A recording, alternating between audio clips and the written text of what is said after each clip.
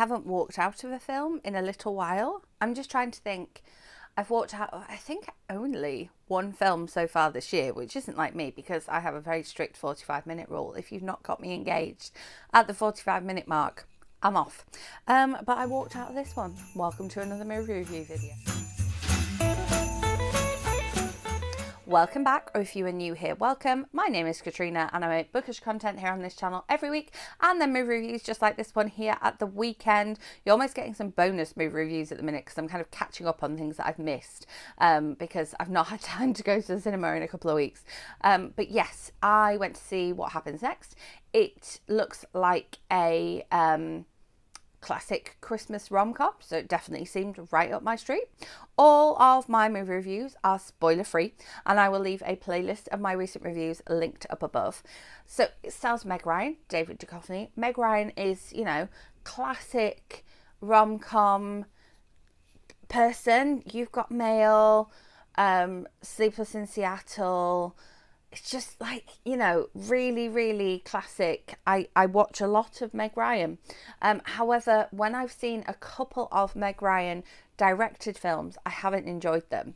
And this is no exception to that. I saw this and I did not enjoy it so much so that I left. So the premise behind the film is that you've got these two people who find themselves stranded in an airport because there's a storm. They're on a layover, they're both going different places, but we know that these two people have a past.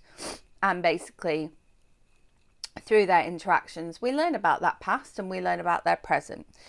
Now, it's that kind of bothered me. I think that this would work well as a book, definitely, but they're in this kind of generic airport, which is all quite dark surfaces with sharp corners, and I'm sure that that was like some sort of directorial set design cinematographic choice. Like, I'm sure it was, because there's so many pointy triangular bits coming down and everything's quite dark, and they're wearing quite dark. Meg Ryan's wearing a white dress and a black coat and black boots, and it's quite like, you know, it's a chunky coat and chunky boots, and he's got a black suit and tie and suitcase and briefcase. And yeah, I don't know if it was that made it feel really quite depressing, but their conversation is just so kind of like stilted and then cut to be stilted, so the conversation itself feels really sharp as well.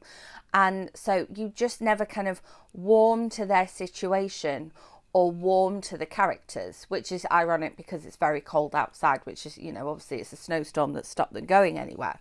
And so I just really struggled to connect at all and to care about their story. And the real tell for me as to whether I enjoy a film is how often I check my watch, basically. And I checked my watch like 3 or 4 times in the first half an hour. And so that's when I knew that it was time to go. I gave it the full 45 minutes, which is about half the length of the film. It's not a super long film. That's why I knew I could go and see it on a Friday night on the last Friday of term and still stay awake. But yeah, they've obviously got some sort of romantic history. And, you know, they've got their own personal situations. No spoilers here. But I just felt like it never got going. I just felt like we never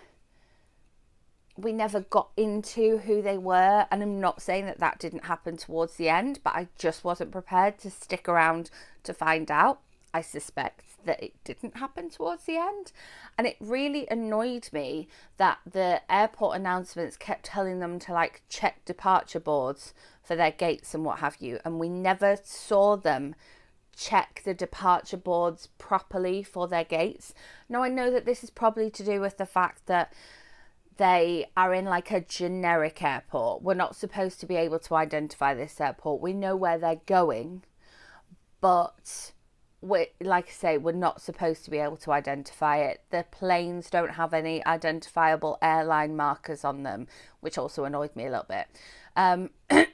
But they never actually properly check their gate. And even like when at one point somebody goes to get coffee and they're like, remember, you're at gate 5.